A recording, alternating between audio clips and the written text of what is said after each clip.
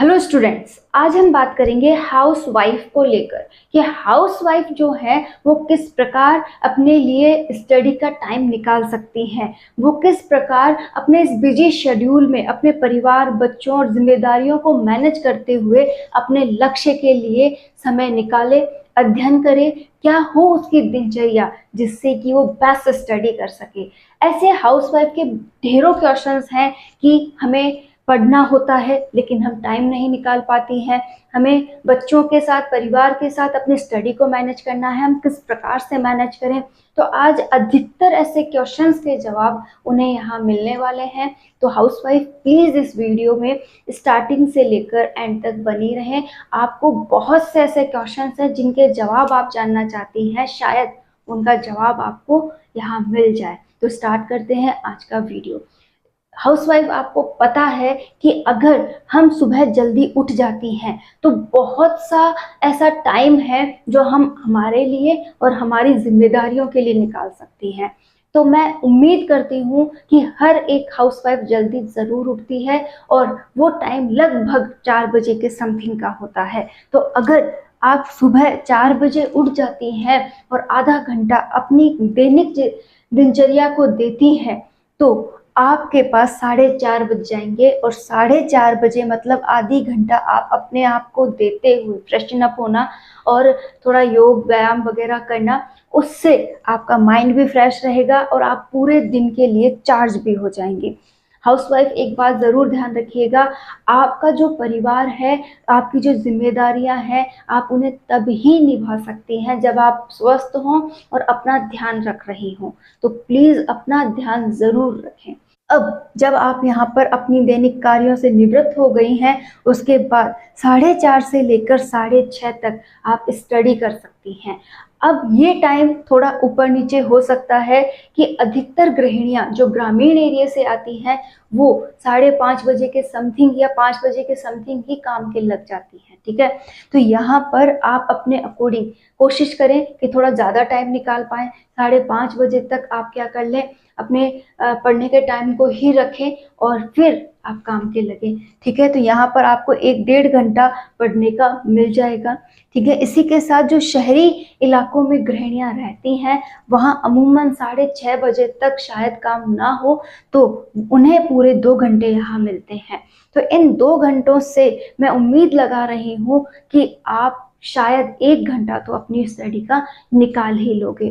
जब आपकी 1 घंटा स्टडी यहाँ पर हो जाएगी, आप अपने आप को इतना ज़्यादा मोटिवेट फील करोगे कि हाँ, मैंने 1 घंटा पढ़ लिया, इसका मतलब मैं पूरे दिन में भी टाइम निकाल के ज़रूर पढ़ लूँगी। और ये जो मोटिवेशन आपको यहाँ मिलेगा, ये पूरे दिन आपको चार्ज रखेगा। तो कोशिश करें ये 1 घंटा 2 घंटा आपको जितना भी यहाँ निकल रहा है, ये ज़रूर आप लोग निकालें और इसे पूरे ध्यान से ज़रूर पढ़ें। क्लियर है? पूरा ध्यान फोकस करके यहाँ पे पढ़ना है। साथ ही अब आपका जो टाइम है वो काम का है। आप क्या कीजिए, अच्छे से अपने घर के काम कीजिए। अगर आपके घर में छोटे बच्चे हैं या फिर स्कूल जाने वाले बच्चे हैं या कोई ऑफिस जाने वाले घर के मेंबर्स हैं तो उनके लिए टिफ़िन बनाना, झाड़ू पोछा, मतलब जो भी आपके काम है, नहाना धोना, कपड़े वगैरह जो भी है, आप आराम से इस समय के दौरान कर सकते हैं। 10 बजे तक कोशिश कीजिए कि आप ज़्यादा से ज़्यादा काम खींच लें। ध्यान रखिएगा, कुछ दिनों की ही बात है, हम घर का काम जो आप ओवर उठाती हैं उसे थोड़ा कम कर दें, क्योंकि हम बाद में उस काम को कर सकती हैं। लेकिन जो ये आज स्टडी का टाइम चल रहा है, हम सभी को पता है कि वैकेंसियाँ आने वाली हैं। अगर आज हमने थोड़ा टाइम भी अपने लिए एक्स्ट्रा निकाला तो वो कल हमारे लिए हेल्पफुल हो जाएगा। एक ही दिन में हमें सारी सफाई नहीं करनी है, एक ही दिन में सारे कपड़े वगैरह निकाल के नहीं धोने हैं। कोशिश कीजिए ज़रूरत के काम आप सारे करें।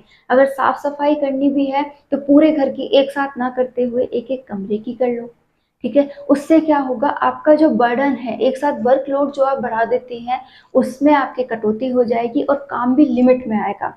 और कोशिश करें कि खाना आप लोग एक साथ ही बना लें, कि अलग अलग बनाने के बजाय एक साथ खाना बन जाए तो आपका वहाँ किचन में टाइम बच जाएगा।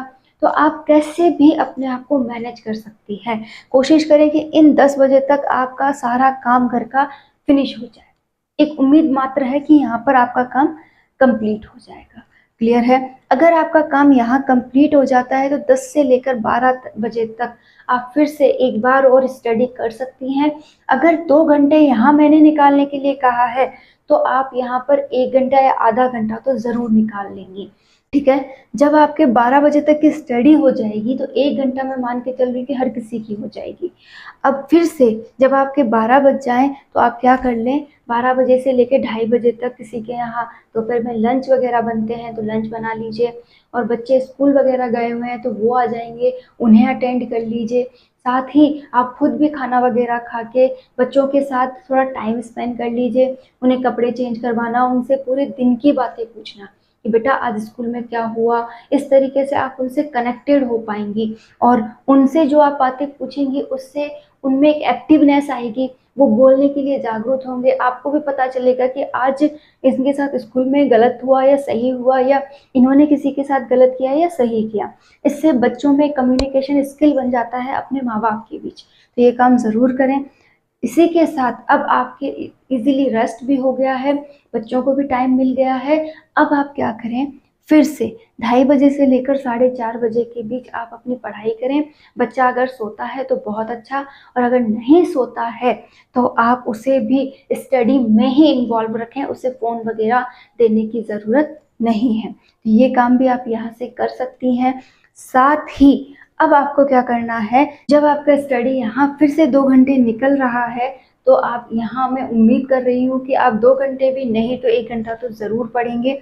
अब इसके बाद आपको फिर से क्या करना है, 4:30 बजे से लेकर 5:30 बजे तक घर वालों को चाय वगैरह देना, अगर शाम की झाड़ू वगैरह है तो वो निकालना, अपने बच्चों को दूध वगैरह देना, मतलब ऐसे सारे काम आप करके फ्री होके अपनी चाय वगैरह पी के फिर से आप क्या कर सकते हैं, स्टडी में लग सकते हैं। और फिर से जब तक आपकी डिनर बनाने का टाइम नहीं हो जाए उस बीच आप फिर से पढ़ सकती हैं। जैसा कि आपको मैं यहाँ बताऊँ, 5:30 से लेकर 7:30 तक आप इजीली थोड़ा टाइम पढ़ाई का ज़रूर निकाल सकती हैं। मैंने 2 घंटे लिखा है तो अमूमन आप आधा 1 घंटा तो यहाँ भी निकाल सकती हैं। इसी बीच अब आप क्या करेंगी, 7:30 से लेकर 9 बजे तक जो भी आपके खाना बनाना है, खिलाना है, किसी को पकड़ाना है, जो भी है वो सारे काम आप यहाँ पे फिनिश कीजिए। किचन की सफाई वगैरह सब कुछ इसी में मैनेज करने की कोशिश कीजिए। मैंने फिर से कहा है, कुछ दिन काम हम कम कर लेंगे तो कुछ नहीं बिगड़ेगा, लेकिन अगर हम थोड़ा ज़्यादा पढ़ लेंगे तो बहुत अच्छा होगा। क्लियर है? अब यहाँ पर फिर से आपको 2 घंटे की मैंने स्टडी टाइमिंग डाली है, ये आपके पास 1 घंटा भी हो सकती है और 2 घंटे भी। फिर से नीचे है कि 11 बजे से 4 बजे के बीच आप अच्छी नींद लीजिए, ठीक है? तो ये तो हो गया हमारा एक टाइम टेबल, लेकिन ये टाइम टेबल किस हिसाब से आप सेट करें, हम वो बात मेन है। देखिए, मैंने यहाँ पर 8 से 10 घंटे की स्टडी को आपको एक रूटीन लिख कर दिया है, लेकिन हाउसवाइफ के लिए ये पॉसिबल नहीं होता है। अब हम जानेंगे कि कैसे इस शेड्यूल को मैनेज किया जाए। अब आप में से अधिकतर गृहिणियां कहेंगी कि मैम ये शेड्यूल तो हम फॉलो नहीं कर सकते क्योंकि इतना टाइम हमें नहीं मिलता है। एक बार कोशिश तो कर सकते हैं। जैसे आपके बच्चे अगर स्कूल गोइंग हैं, स्कूल जाते हैं, तो आप इजीली ये टाइम टेबल फॉलो कर सकती हैं। कैसे कि आप उनके उठने से पहले थोड़ी देर पढ़ाई कर लीजिए, साथ ही उनके जाने के बाद अपने घर का काम वगैरह करते हुए पढ़ाई कर सकती हैं। जब वो आ जाएं तो उनके साथ पढ़ाई कर सकती हैं, और अगर वो रात को खाना वगैरह खा लें और सो जाएं तो आप फिर से पढ़ाई कर सकती हैं। ये तो हो गया उन हाउसवाइफ के लिए शेड्यूल जिनके बच्चे स्कूल जाते हैं। अब वो गृहिणियां जिनके बच्चे अभी 1.5 साल या 1.5 साल से छोटे हैं,